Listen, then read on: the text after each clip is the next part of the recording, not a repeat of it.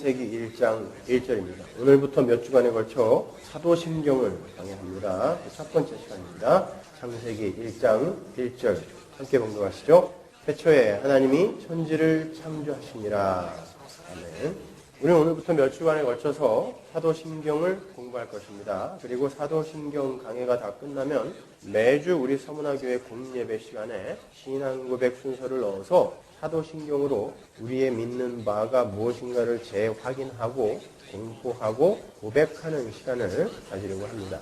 원래 개혁교회의 예배의 모범에는 사도신경으로 신앙고백을 하는 순서가 모두 들어가 있어요.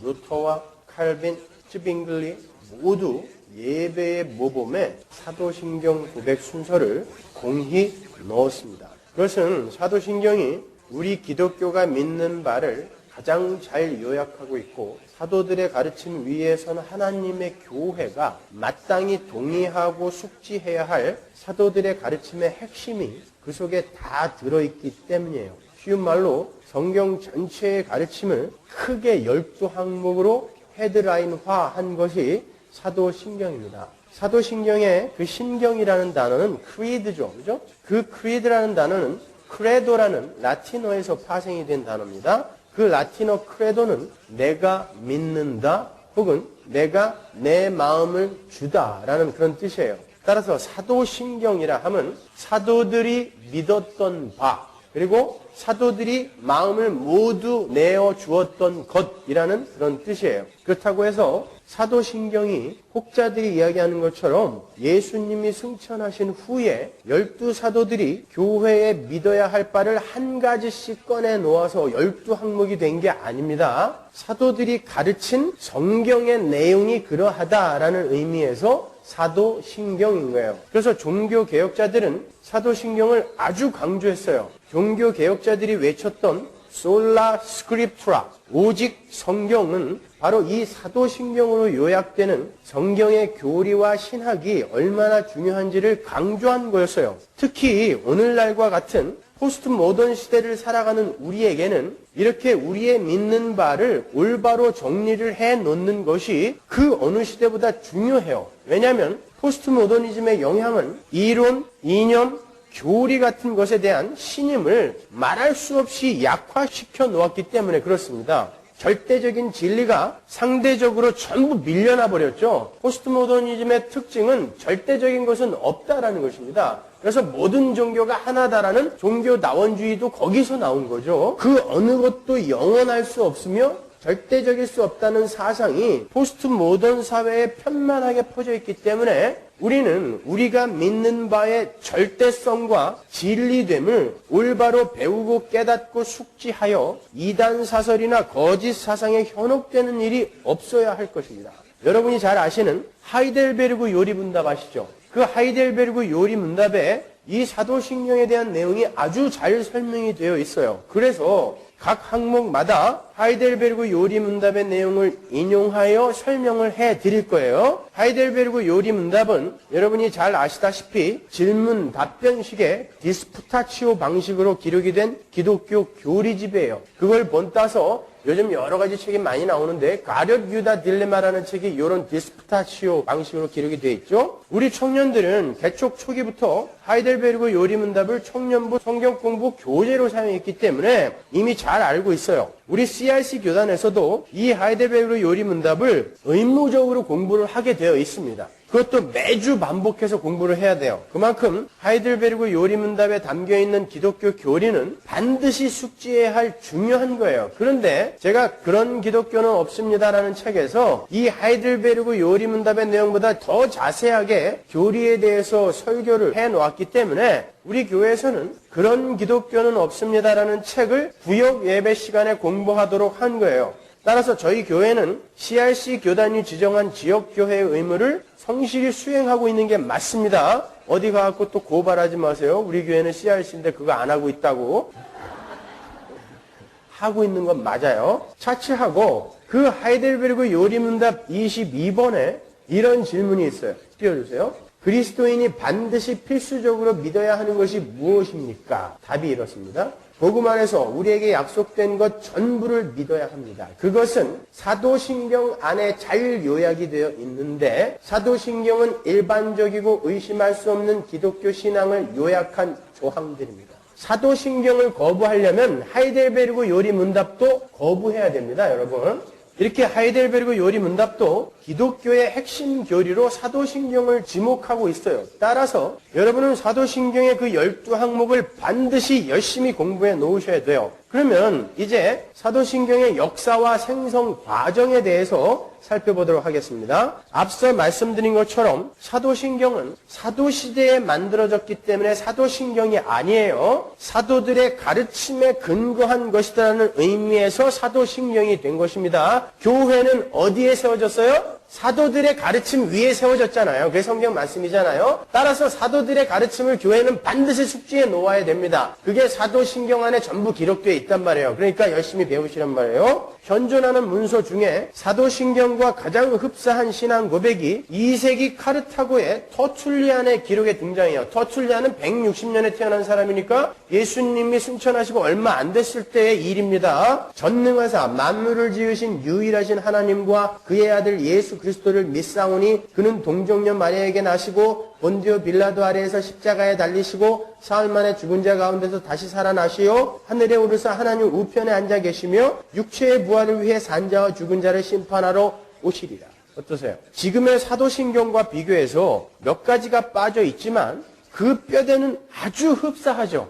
이것이 2세기 터툴리안의 시대에 성도들이 고백했던 신앙 고백이었어요. 뿐만 아니라 주후 215년에 히폴리투스의 신앙 고백이나 주후 404년에 루피누스의 신앙 고백, 그리고 비슷한 시기에 아프리카 교회의 신앙 고백 등이 지금의 사도신경과 거의 흡사해요. 그러나 이미 그 전에 순교자 저스틴의 신앙 고백이나 네오투스를 치리한 서머나 교회의 장로들이 그 치리 회의 자리에서 고백하여 회의 기록에 남긴 신앙 고백도 똑같습니다. 지금의 사도신경과 거의 흡사해요. 이렇게 지금의 사도신경과 대동소이한 여러 종류의 신앙 고백들이 교회 안에서 다양하게 사용되다가 6세기 말이나 7세기 초에 남부 프랑스에서 지금의 사도신경으로 확정이 된 거예요. 그리고 그것이 주후 710년에서 724년에 정식으로 널리 보급이 된 공인된 문서 텍스투스 리셉투스에 의해서 교회 안에 편만하게 다 퍼지게 되었고 9세기경에 로마 교회에 의해 받아들여져서, 그때는 로마 교회가 전 세계 교회를 대표한 거였으니까요. 9세기에 로마 교회에 의해 받아들여져서 정식으로 교회에 정착이 되어 오늘에 이르고 있는 거예요. 그러니까 사도신경은 초대교회 때부터 뼈대가 만들어져서 교회 안에서 여러모로 고백이 되어지다가 정착이 된 교회가 믿는 바 핵심 교리가 맞는 것입니다.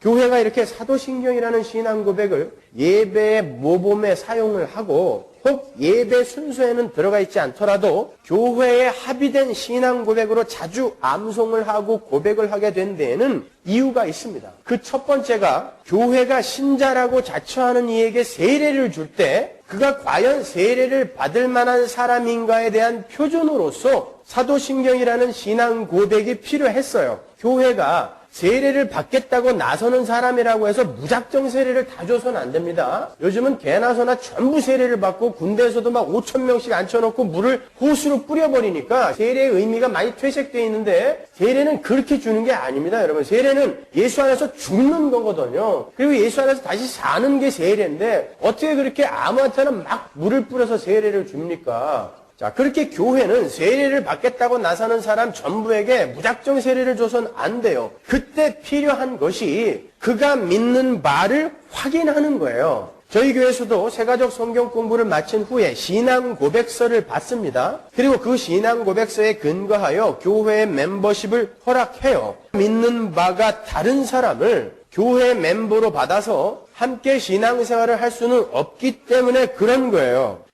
그래서 제가 신앙 고백서를 받아서 사도신경의 내용에서 벗어난 신앙 고백을 하는 이, 즉 기독교의 핵심 교리에서 벗어난 신앙을 가진 이는 다시 개인적으로 복음을 가르치거나 해서 올바른 신앙 고백을 할 수 있게 만들고자 하는 의도에서 그렇게 하는 거예요. 제가 그때 원하는 신앙 고백이 바로 이 사도신경의 뼈대에 근거한 간단한 신앙 고백을 이야기하는 거예요. 근데 많은 분들이 그냥 6장, 7장씩 간증문을 써오시더라고요. 좋아요. 좋습니다. 어떻게 내가 예수를 믿게 되었는지 좋아요. 그러나 내가 지금 믿는 예수가 바로 이런 예수입니다를 사도신경의 12항목에 근거하여 살만 조금 붙여놓으면 되는 거예요. 근데 그게 어려우셔서 그걸 못 써내셔가지고 교회를 못 나오시는 분이 계시다는 소리를 제가 듣고 참 너무 가슴이 아팠습니다. 우리가 믿는 바는 간단한 것입니다. 그 핵심 교리에서만 어긋나지 않으면 되는 거예요. 크게 내가 믿는 바를 부풀려서 자랑하지 않아도 됩니다, 여러분. 우리가 믿는 바는 아주 심플해요. 제 설교가 굉장히 길지만 결론은 늘 하나잖아요. 예수 그리스도와 십자가, 은혜. 거기에서만 벗어나지 않으면 되는 거예요. 예를 들어서 하나님의 창조를 부인하고 진화론에 젖어 있는 이들이 많이 있습니다. 예배당 안에. 그런 이들은 전능하사 천지를 창조하신 하나님 아버지를 내가 믿사오며에 걸리죠. 그죠? 그런 분들은 교회의 멤버로 받아들일 수가 없는 거예요. 그리고 예를 들어 여호와의 증인들처럼 예수님을 하나님의 아들로 인정하지 않는 이들은 그 외아들 예수 그리스도를 믿사오니에 또 걸리잖아요. 그들은 우리의 교회의 멤버로 받아들일 수가 없습니다. 뿐만 아니라 예수 그리스도의 죽으심, 그리고 장사 지냄, 부활, 승천에 동의하지 않는 이들. 그런 사람들 많이 있잖아요. 예수가 죽은 게 아니었다. 사실은 죽은 것처럼 보였는데 그냥 사람들이 죽은 줄 알고 갖다 버렸더니 다시 살아나서 막달라 마리아와 결혼을 하여 아들, 딸 낳고 잘 살았다. 그게 영국 BBC에서 다큐멘터리로도 만들어졌었잖아요. 그렇죠? 그런 사람들 우리 처치 멤버로 받아들일 수 있습니까?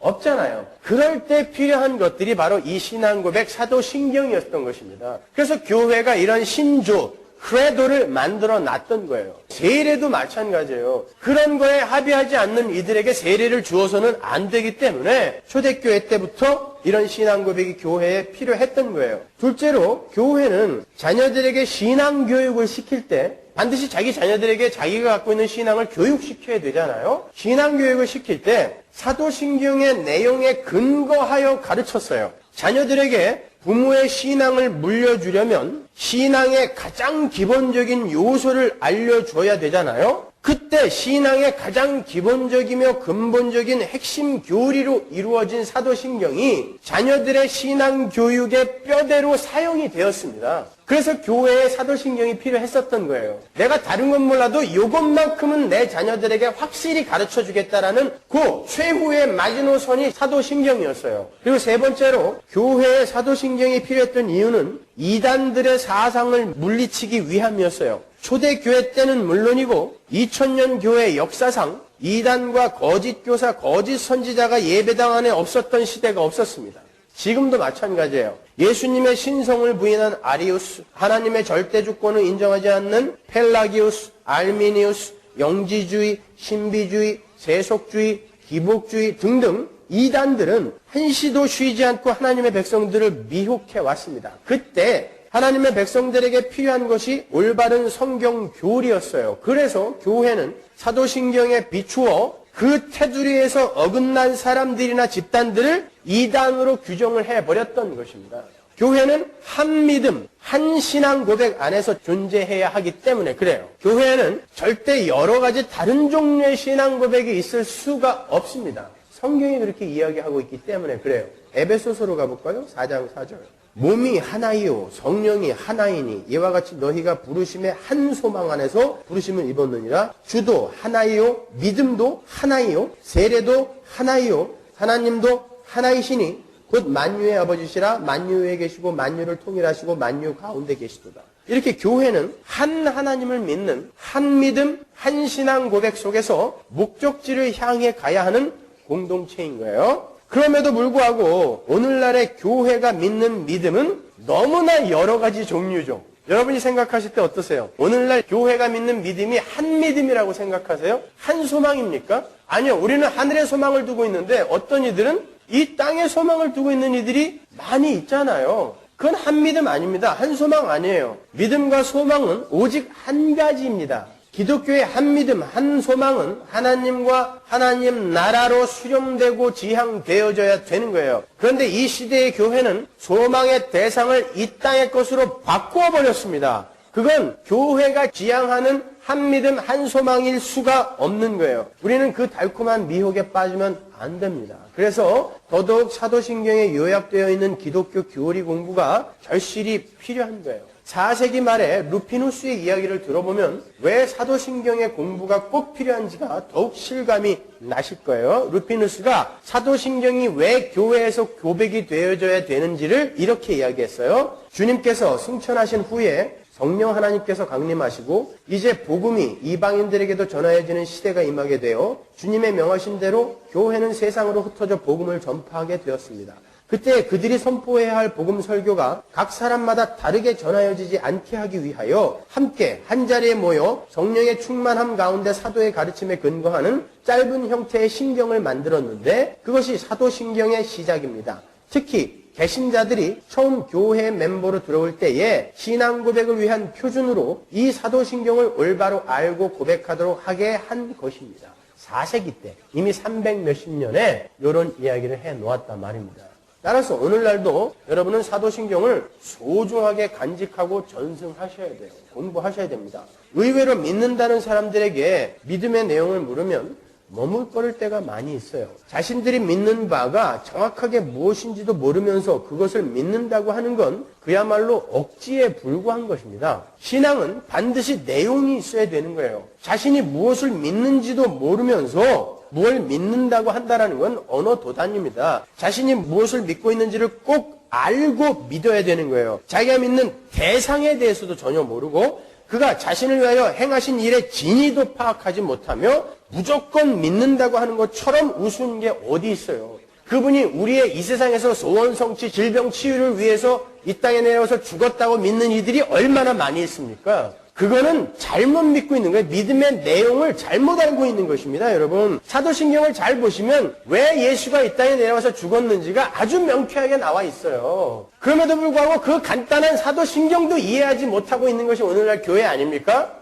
기독교 신앙은 나는 믿는다라는 결단만으로 되어지는 게 아니에요. 부흥 강사들이 설교해놓고 이제 예수를 믿겠다고 하는 사람들 다 나오세요. 선교사를 결단하는 사람 다 나오세요. 결단은 많이 받아놓죠. 그죠? 근데 나중에 보면 전부 꽝이에요. 예전에 조선에 초기 선교사들이 본국에 보고한 결신자들이 조선 인구보다 훨씬 많았습니다. 왜냐면 그때 우리 선조들은요, 그 먼 땅에서 온 벽안의 선교사들이 이렇게 와서 고생하는데, 일어나라고 하는데 예의상 안 일어날 수 없어서 시시때때로 일어났어요. 그러니까 그걸 전부 적으니까 조선 전체의 인구보다 많은 거예요.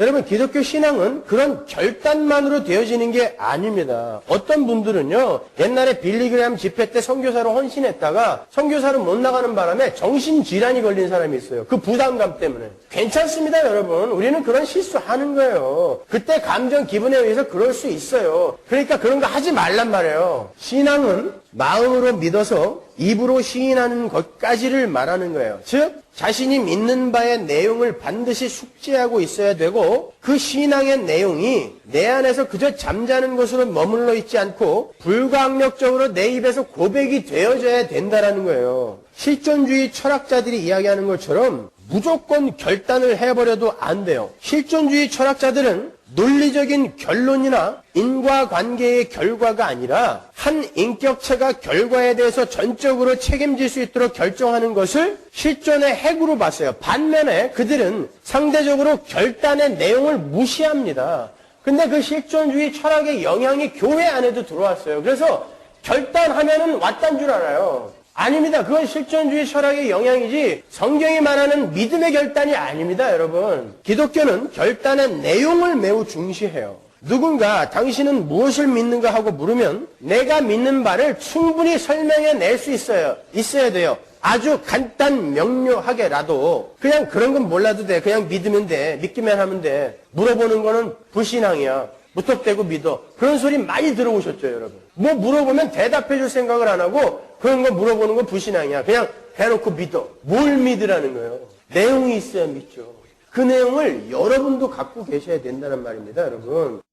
그래서 제가 몇 주간에 걸쳐 우리가 믿는 바에 관한 아주 간결하고 핵심적인 지침인 사도신경을 강의하기로 한 거예요. 그러니까 잘 공부하셔서 누군가가 여러분에게 당신이 믿는 바에 대해서 나에게 이야기해 주시오 했을 때에 당황하지 않고 설명해 줄 수 있는 준비를 해 두시길 바랍니다. 아울러 이 사도신경으로 요약이 되어 있는 성경, 말씀, 즉 우리 성도들이 믿는 바가 무엇인지를 정확하게 알아서 힘들고 어려운 신앙의 여정 동안에 위로와 격려와 용기를 얻으실 수 있기를 바라고 거짓 선지자들이나 거짓 교사들의 현혹에 절대 흔들리지 않을 수 있기를 바라요. 오늘은 그 첫 번째 시간으로 전능하사 천지를 만드신 하나님 아버지를 내가 믿사오며의 항목에 관해서 공부를 하겠습니다. 오늘 다 못하고 다음 시간까지 이어서 할 건데요. 사실은 이 첫 번째 항목을 공부하기 전에 삼위일체에 관해서 먼저 공부를 해야 돼요. 이 사도신경의 구조를 보면 사도신경은 크게 세 부분으로 나누어져 있습니다. 하이델베르그 요리문답 20번 문항을 보면 사도신경을 이렇게 나눠요. 첫 번째, 성부 하나님과 우리의 창조. 두 번째, 성자 하나님과 우리의 구원. 세 번째, 성령 하나님과 우리를 거룩하게 하심. 보세요. 전능하사 천지를 만드신 하나님 아버지를 내가 믿사오며 그 외아들 우리 주 예수 그리스도를 믿사오니 아들로 넘어갔어요. 이는 성령으로 잉태하사 동정녀 마리아에 나시고 본디아 빌라드에게 고난을 받아서 십자가에 못 박혀 죽으시고 거기에 우리말 개역 성경에 빠진 게 하나 있어요. He descended into hell. 그는 지옥에 내려가셨다라는 말이 빠져 있어요. 그거는 사람들이 그 말의 진위를 모르고 일부러 사도신경에 편을 들기 위해 뺀 건데 아니야, 집어넣어야 돼요. 그건 나중에 제가 그 부분 설명할 때 설명을 해드릴 거예요. 장사한 지 사흘 만에 죽은 자가 되어서 다시 살아나시면 하늘의 의사 전능하신 하나님 우편에 앉아 계시다가 저리로서 산자와 죽은 자를 심판하러 오시리라. 성령을 믿사오며, 그죠? 자, 성부, 성자, 성령의 사역이 그 안에 다 들어가 있어요. 그래서 사도신경을 공부할 때는 삼위일체부터 공부를 해야 되는 거예요. 왜? 그 안에 이미 성부, 성자, 성령의 사역이 다 들어있기 때문에 성경은 바로 이 성부와 성자와 성령을 각각의 인격체로 보고 있다는 것을 미리 공부를 해야 됩니다. 그러나 제가 거기에 대해서는 이미 그런 기독교는 없습니다 해서 삼위일체에 대해서 잘 설명을 해놨고 요한복음 강해 때 내가 너희 안에 너희가 내 안에 1, 2편에서 삼위일체에 대해서 잘 설명을 해놨으니까 그거를 참조하시면 되겠어요. 자, 여러분이 보시다시피 사도신경에서 제일 먼저 고백하는 건 우주와 인간 존재 자체에 관한 거죠. 전능하사 천지를 만드신 하나님 아버지를 내가 믿사오며, 그죠? 왜 무엇이 존재하며 왜 아무것도 없지 않은가? 왜 무언가가 존재하고 있지? 왜 아무것도 없지 않지? 왜 천지와 만물이 존재하는가에 관한 질문이 제일 첫 번째 항목으로 등장하는 거예요. 그 질문은 철학자 라이프니츠에 의해서 제기된 후에 많은 철학자들도 반복하여 물었던 질문이에요. 그러나 성경을 모르는 철학자들은 거기에 대해서 올바로 대답하고 간 이가 한 사람도 없습니다. 억측만을 내놓다가 그냥 쓰러져 갔어요. 사실 모든 신비 가운데 가장 큰 신비는 만물과 인간이 존재한다는 사실이에요. 어떻게 해서 인간과 태양과 달과 별과 바다와 산과 짐승, 식물 같은 것들이 존재하게 되었는가 하는 것은 인간이 가질 수 있는 가장 기본적인 질문이죠. 일단 그 존재에 관한 질문을 해결하지 않고서는 의미나 의의나 목적이나 가치 등에 대한 논의가 무의미하잖아요. 이 존재의 의미에 대해서 해결하지 못하고 그것의 의의나 가치를 논하는 것은 바보 같은 짓입니다, 여러분. 기독교 신앙은 하나님의 존재를 증명하는 데서 시작하지 않아요. 창세기가 하나님은 이러해서 있는 게 맞는 거야 라고 시작하지 않죠. 태초에 하나님이 계셨는데 그분이 천지를 창조하셨다로 시작하는 것입니다. 성경은 하나님의 존재를 증명하지 않아요. 그냥 하나님은 계시다라고 그 존재를 전제합니다. 그래서 성경이 태초에 하나님이 천지를 창조하셨다로 시작이 되는 거예요. 그러나 하나님의 존재는 다른 모든 것들이 존재하는 그런 식의 존재가 아니라 영원 전부터 계시는 영원한 존재예요. 거기에 대해서도 제가 다음에 설명해 드릴게요. 그리고 그 하나님께서 모든 다른 것들을 존재케 하셨다라는 것을 우리는 믿어요. 믿으십니까?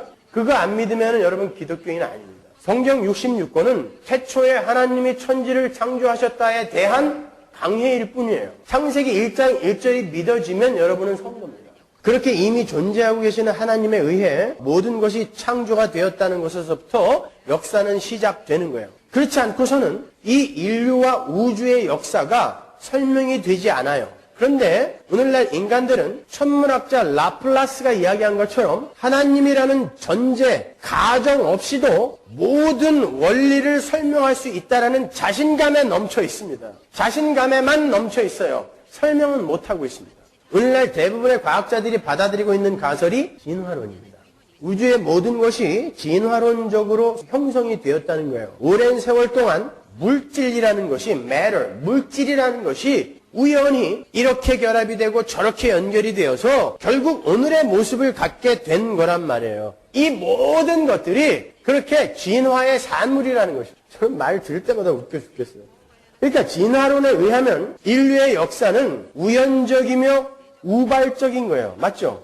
계획된 게 아닙니다. 우연적이며 우발적인 거예요. 진화론에 의하면. 사실 저도 이해가 가긴 가요. 하나님의 존재와 창조를 믿지 않는 사람들이 내릴 수 있는 역사의 시작과 과정과 결론은 진화론적으로 설명을 할 수밖에 없어요. 그냥 우연히 우발적으로 생겨난 거다라고 설명할 수밖에 없잖아요. 창조주를 모르는데. 그러니 하나님의 은혜로 믿음을 선물로 받아서 하나님과 하나님의 창조를 믿고 인류와 우주의 역사의 실체와 그 존재 목적을 명확히 알게 된 우리 성도가 얼마나 큰 은혜를 받은 자들입니까? 예전에 제가 다니던 대학에서 제 지도 교수님이셨던 손봉호 교수님께서 진화론에 대해서 이런 예화를 들려주신 적이 있어요. 어떤 사람이 바닷가에서 시계를 하나 주셨어요. 줄이 달려있고 시계침이 정확하게 돌아갑니다. 그런데 그 시계를 주운 사람이 그 시계를 보고 이 시계가 이렇게 시계가 된 건 저 바위 속에 있는 철분이 오랜 세월 동안 파도에 밀려서 서로 뭉치고 깎여서 여러 가지 모양이 된 것에서 시작이 된 거야. 어떤 것은 동그랗게 깎여서 시계의 글자판이 되었고 1, 2, 3, 4, 5, 6, 7, 8, 9, 10, 11, 12 우연히. 그리고 어떤 것들은 뾰족하게 깎여서 우연히 시계바늘 모양이 되었고 어떤 것들은 울퉁불퉁하게 깎여서 시계의 톱니바퀴들이 되었고 바위와 모래 속의 유리 성분은 서로 합쳐지고 깎여져서 시계 유리가 되었고 그게 시계에 맞는 유리로 이렇게 잘려졌어요. 그리고 이런 것들이 전부 우연히 역사를 통과하면서 맞춰져가지고 시계가 되어서 이게 가기 시작한 거야. 누가 그 시계를 보고 그렇게 이야기를 한다면 여러분 어떻게 생각하시겠어요? 참 바보 같은 놈. 왜요? 시계라는 것은 초정밀 기술이 필요한 거기 때문에 그런 거죠. 그러나 여러분 인간의 몸이란 건 시계나 카메라와는 비교도 할 수 없는 초정밀 작품입니다. 의사들 많이 계시죠? 인간의 몸을 공부하면 공부할수록 그들이 혀를 내두르는 건 인간의 몸은 그렇게 계획적이고 조직적이며 누군가에 의해 정말 우리가 상상할 수도 없는 어떤 지적 존재에 의해 만들어졌다라고 이야기하지 않을 수가 없다라는 거예요. 그런데 사람들은 시계가 우연히 진화에 의해서 만들어졌다 그러면 막 웃으면서 사람이 그렇게 만들어졌다라고 이야기하는 사람들의 앞에서는 침묵하고 있습니다. 왜 그렇습니까, 여러분? 인간을 그렇게 띄엄띄엄 보시는 거예요? 우리는 그렇게 대충 만들어진 존재 맞습니까? 우연히? 그렇지 않아요. 여러분, 이 우주의 모든 생물체는 아미노산으로 구성이 되어 있어요. 그 아미노산이 우연히 합쳐져서 단백질, 생물도 아니에요. 그냥 단백질을 구성할 확률은 10의 130승분의 1입니다. 옛날에 배웠던 산수 생각해 보세요. 10의 130승분의 1은 거의 불가능이란 뜻이에요. 확률 제로. 뿐만 아니라 그 아미노산과 단백질이 모두 합쳐져서 가장 원시적인 생명체인 아메바가 될 확률은 10의 160만 승분의 1이에요. 160만 분의 1이 아니라 160만 승분의 1. 근데 아메바가 그렇게 우연히 생물체가 됐다라는 그 사실을 우리는 6년 동안 배웠습니다. 중학교 3년, 고등학교 3년. 그러고도 아무도 거기에 이의를 제기하지 못했어요. 그래서 미국 진화론의 대부 카플란 박사조차 아미노산과 단백질이 우연히 조합하여 생명체를 형성할 수 있는 확률이 10의 160만 승분의 1이라는 것이 확실한 만큼 생명체를 제공하는 자, 즉 창조자가 없이 생명이 생길 수 있는 확률은 제로다라고 손을 번쩍 들었습니다. 벌칙이 과학자들이 아직도 진화론을 지지하고 있는 거예요. 그러면 자바 원인이나 베이징 원인, 네안데르탈인 등은 어떻게 된 거냐? 여러분 제가 그걸 찾아보고 참 놀랐습니다. 그 자바 원인, 네안데르탈인, 베이징 원인 이런 것들이요. 실제로 뭘 발견한 게 아니라 과학자들이 송곳니 2개 발견한 것 같고 거기다가 상상으로 그려놓은 것입니다. 그걸 우리가 교과서로 배웠다니 제가 기가 막혀 죽겠어요. 자, 그거 외우느라고 중학교, 고등학교 때 얼마나 애를 썼는데 이 나쁜 놈들이 송곳니 2개 갖고 그렇게 만들어 놓은 걸 갖고 교과서에 넣어놨단 말이에요. 왜 그런지 아세요? 죄인들은 생내적으로, 본능적으로 창조주 하나님과 그분의 사역, 그분의 간섭하심을 거부하는 걸 갖고 나기 때문에 그렇습니다. 그래서 확인도 되지 않은 그것을 옳다 이거구나 하고 송곳니 2개 갖고 만들어 놓은 그걸 자바원인, 네안데르탈인, 베이징원인 그 발견 연도 외우고 누가 발견했는지 그거 외우느라고 그 쓸데없는 걸 시간을 그렇게 보낸 거예요, 우리가. 그게 죄인들의 본능인 것입니다, 여러분. 우리 성도는 뭘 믿습니까? 태초에 하나님이 천지를 창조한 걸 믿어요. 그래서 기독교의 역사관은 직선적 역사관입니다. 반드시 시작이 있었기 때문에 반드시 이 역사는 끝난다라는 게 직선적 역사관이에요. 기독교의 역사관. 범신론은 순환적 역사관이에요. 계속 돕니다. 윤회예요, 그것이. 아닙니다, 여러분. 그렇게 돌지 않아요. 언젠가 종말이 옵니다. 그리고 영원으로 확 먹혀버리는 것입니다. 그때 여러분이 그 영원의 왕들이 되는 거예요. 얼마나 좋습니까, 여러분? 근데 이 한시적인 역사 속에서 뭘 그렇게 징징거리세요? 조금 못 배워도 괜찮아요. 조금 못 살아도 괜찮습니다. 다리 좀 짧으면 어때요? 머리 좀 크면 어떻습니까? 그럼 뭐 어때요? 꼭 8등신 돼야 됩니까? 요즘은 뭐 9등신. 그건 등신이에요. 아니 9등신이면 그게 어떻게 사랑으로 그런 거에 여러분 너무 집착하지 마세요. 하나님이 태초에 천지를 창조하실 때 거기에 뭐가 있었어요? 아주 중요한 거거든요, 이거. 혼돈과 공허. 여러분 그걸 그리스 신화에 나오는 그런 카오스와 헷갈리면 안 돼요. 그리스 신화에 나오는 창조 설화에 나오는 카오스는, 혼돈은 무질서하지만 이미 어떤 물질이 있는 상태를 혼돈이라고 그래요. 카오스. 그러나 성경의 혼돈은 formlessness예요. 그리고 공허는 emptiness. 토후, 보후라는 단어가 바로 그런 단어예요. formlessness, emptiness라는 말은 뭐예요? 틀도 없고 수억초도 없고 내용물도 없어요. 없는 거예요. 아무것도 없는 거예요. 막 혼돈스럽고 공허한 그런 곳에 하나님이 내려오셔서 야 질서 좀 잡자 이런 게 아니란 말입니다. 혼돈과 공허였다는 것은 formlessness, emptiness, 무였다라는 거예요. 그러나 그리스의 창조 설화에서는 거기에 어떤 원물질이 있었다라고 이야기해요. 그걸 데미구루스인가요? 그런 창조신이 내려와서 이렇게 질서를 잡아놓은 거, 형태, 폼을 준 거라라고 이야기한단 말입니다. 이 구분이 왜 중요하냐면 하나님의 창조는 무에서 유를 만들어낸 창조예요. 그것은 뭘 상징하냐면 하나님의 백성이 혼돈과 공허로 죽어있는 상태에서 하나님은 완성품으로 유로 존재로 만들어낸다. 새하늘과 새 땅에 하나님의 백성으로 만들어낸다라는 것을 상징적으로 첫 창조가 상징하고 있었던 것이기 때문에 이건 아주 중요한 거예요. 그리스의 창조 설화처럼 뭔가 원물질이 있었다는 것은 그게 알메니우스 펠라기우스가 주장한 거죠. 뭔가 선행적 은총이 우리에게 있었다는 거거든요. 그거 아니란 말입니다. 무에서, 혼돈과 공허에서 유가 된 거예요. 그게 하나님의 창조입니다. 그래서 우리는 태초에 하나님이 천지를 창조한 걸 믿는 거예요. 우리가 전능하사 천지를 만드신 하나님 아버지를 내가 믿는다라고 하는 건 그걸 확실히 믿는 것입니다. 무에서 유를 만들어낸 그 하나님. 그런데 그분이 내 아버지다라는 걸까지 믿는 게 사도신경 첫 번째 항목인 거예요. 우리가 전능하사 천지를 만드신 하나님 아버지를 내가 믿는다는 것은요, 첫 번째로 하나님께서 그의 영광을 위해서 무에서 하늘과 땅과 그 안에 있는 모든 것을 창조했고 그 창조는 그의 말씀에 권능해서 기인한 거고 그분의 영원하신 경륜과 섭리로서 지금도 우주를 다스리고 지킨다라는 것을 믿는 거예요. 그게 첫 번째예요. 왜? 창조의 하나님이니까. 두 번째가 그 하나님은 예수 그리스도의 아버지다라는 걸 믿는 거예요. 왜? 세 번째를 보면 알아요. 그분은 예수를 통해 나의 아버지가 되셨잖아요. 우리는 그분이 나의 아버지라는 것까지 고백하잖아요. 전능하사 천지를 만드신 하나님 아버지를 내가 믿는다. 근데 어떻게 그분이 우리의 아버지가 됐어요? 예수 때문에. 그러니까 전능하사 천지를 만드신 하나님 아버지를 내가 믿는다는 건 하나님이 무에서 유를 만들어내신 분이 맞고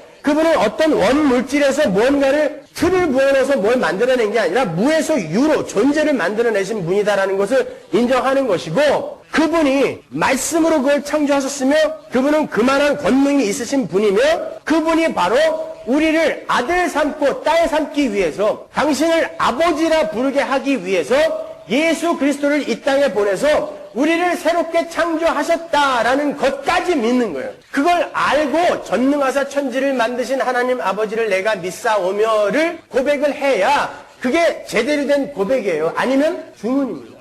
온만이 반매훈 색즉시공 공주시생이나 똑같은 거예요. 내용을 알고 고백을 해야 되는 것입니다. 이제 여러분은 전능하사 천지를 만드신 하나님 아버지를 내가 믿사오며 라는 고백을 할 때 바로 그 전체의 내용을 마음에 담아 그걸 쏟아내 놓는 거예요. 그 하나님이 나를 지금 새롭게 창조해가고 계십니다. 분명히 완성시킬 거구나. 지금 내가 나의 모습을 보면 혼돈과 공허에 불과해요. 아무것도 없는 것 같죠. 그냥 티끌에 불과한 것 같아. 예수 믿고도 늘 실수하고 늘 화내고 늘 바가지 긁고 늘 싸우고 모난 성격 여전히 드러내고 아닌 것처럼 우리 전부 와서 연극하고 있지만 실제로 잠잘 때 자기가 자신을 돌아볼 때 오늘 참 잘했어 만족스러워 그렇게 잠드는 사람 몇 명이나 있어요? 없잖아요. 그러니까 지금은 우리가 이 모양 같아 보여도 혼돈과 공허처럼 보여도 하나님은 반드시 우리를 새 창조로 완성해 내실 것이다라는 것을 믿는 것입니다. 여러분 그 과정에 하나님은 반드시 나를 새로운 창조물로 하나님의 아들로 딸로 완성해 내실 것이다라는 그 과정 속에 하나님이 우리에게 허락하시는 상태, 환경, 사건 등은 다 무엇에 필요한 거겠어요? 그 새 창조의 완성에 필요한 거겠죠. 그렇기 때문에 여러분은 이 세상에서의 상태나 환경이나 여러분이 맞닥뜨린 사건이나 여러분의 소유, 여러분의 지위 이런 것에 너무 매달리지 않아도 되는 거예요. 그 모든 것들이 창조의 하나님의 손아귀에서 여러분의 새 창조의 완성에 필요한 것으로 쓰여지고 있는 거니까. 그래서 예수님이 아무것도 염려하지 말고 먼저 하나님의 나라와 의를 구하라고 이야기한 것입니다. 여러분 예수님께서 먼저 하나님의 나라와 의를 구하라라고 이야기한 것은 시간의 우선순위를 나타내는 말이 아니라 관계의 우선순위를 가리키는 말이에요. 이 말씀은 먼저 하나님의 나라와 의를 구하면 나중에 필요한 걸 내가 전부 공급해 주겠다라는 그런 시간의 우선순위를 나타내는 말이 아니란 말이에요. 관계의 우선순위가 뭐냐면은 우리가 하나님과의 관계의 회복의 우선순위를 두게 되면 그 관계의 회복에 필요한 다른 말로 새 창조에 필요한 모든 것은 하늘로부터 공급이 될 게 당연한 거 아니니 그러니 염려하지 말라라는 뜻이에요. 내가 먼저 하나님의 나라와 의를 구하면 하나님이 내가 필요한 걸 내가 원하는 걸 다 주신대. 요거는 장사입니다. 거래예요 이거는요. 하나님이 그걸 원하시는 게 아닙니다. 그런 공식이 있다라는 게 아니란 말이에요 여러분. 너희가 하나님과의 그 관계 회복에 먼저 포커스를 두게 되면은 그건 새 창조는 반드시 완성이 될 거기 때문에 너희들은 아무것도 염려하지 않아도 돼. 왜? 거기에 필요한 건 하나님이 전부 공급할 거거든. 이라는 그런 뜻인 거예요. 근데 이걸 갖고 말이죠. 교회에 헌금 많이 하면 신앙생활부터 먼저 열심히 하면 하나님이 네가 필요한 거, 이 땅에서 필요한 거 다 대줄 거다. 다 공급할 거다라고 사기치고 있잖아요. 그렇지 않습니다. 신앙 좋은 사람은 전부 다 잘 되든가요? 병도 안 걸리든가요? 집안 다 부자예요, 그 사람들은요? 그렇게 우리가 하나님과의 관계 회복, 우리의 새 창조의 완성에 우리의 관심을 집중하다 보면은 우리는 어느 순간 내 상태에 대해서 자족하게 되는 거예요. 그래서 사도 바울이 빌립보 감옥 안에서 내가 자족하기를 배웠다라고 편지를 씁니다. 여러분, 그건 상태에 대한 만족이 아닙니다. 감옥에 갇혀있는 그 상태가 만족스러웠을까요? 불편해요. 힘듭니다. 그러나 하나님과의 관계에 있어서 하나님께서 필요하기 때문에 나에게 이런 상황과 상태를 허락하셨다는 것을 알기 때문에 그가 나는 자족하기를 배웠다라고 이야기하는 거예요. 그게 만족스러웠다는 게 아니에요. 그건 미친놈이죠. 감옥 안에서 밀물이 들어오면 코끝까지 물이 차. 까치발을 들고 있어야 돼요. 썰물 때가 되면 그 질퍽한 데에서 또 자야 돼요. 밀물이 들어오면 다시 서 있어야 돼요. 그런 감옥에서 그걸 만족하다고 하면 그건 마조키스트입니다. 그렇잖아요. 상태에 대한 만족을 이야기하는 거예요. 성도의 자족은 상태에 대한 만족이 아니라 관계에 대한 만족인 것입니다. 내 상태는 비록 불만족스럽다 할지라도 하나님과의 관계에 있어서 하나님이 나에게 허락한 것이므로 나는 이걸 순응하겠다. 이 상황의 상태에 항복하겠다가 자족인 것입니다. 그래서 여러분은 바로 그러한 자족을 해야 하는 분들인 거예요. 여러분, 기독교의 딜레마는 하나님과 하나님 백성들의 기대가 서로 다르다는 것입니다. 그게 현대 기독교의 딜레마예요. 하나님이 성도에게 바라는 바는 순종으로 말미암는 하나님의 새 창조의 완성이에요.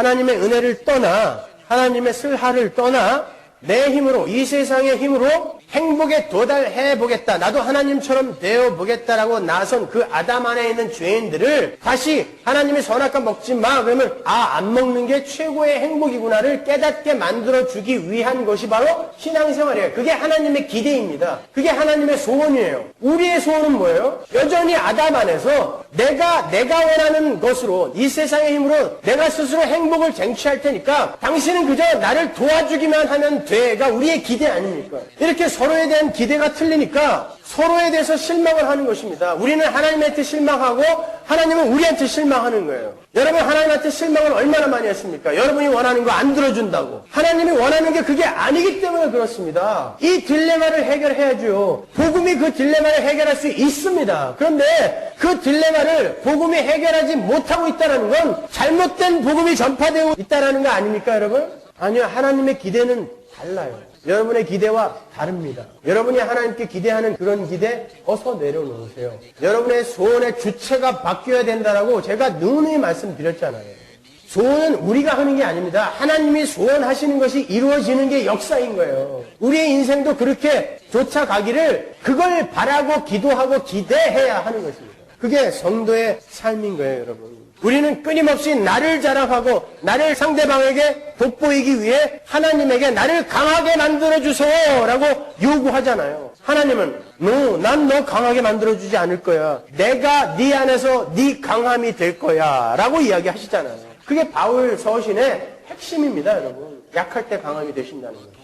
우리는 끊임없이 나를 강하게 해달라고 그래요. 내가 강하게 되면 내가 뭔가 하나님을 위해 해드릴 수 있다라고 착각합니다.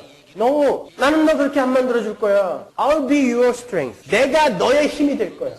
우리의 약함 속에서 하나님이 어떻게 우리를 꼭 붙들고 있는지 그걸 보임으로 말미암아 하나님은 진짜 강한 분이구나. 저 상황에서 어떻게 목매달지 않고 저렇게 살아갈 수 있을까? 저 상황에서 어떻게 여전히 찬양을 할 수 있을까? 하나님이 전능하신 하나님이 창조의 하나님이 그를 붙들고 있구나라고 하나님의 강함을 보이는 게 성도지. 그의 문제, 모든 문제가 전부 해결이 되어갖고 야, 그 하나님이 도와주니까 저가 저렇게 잘 되는구나. 이걸 보이는 게 기독교 아니란 말입니다. 여러분 이건 아무런 차이가 없는 것 같아 보여도 천국과 지옥으로 갈리는 차이입니다.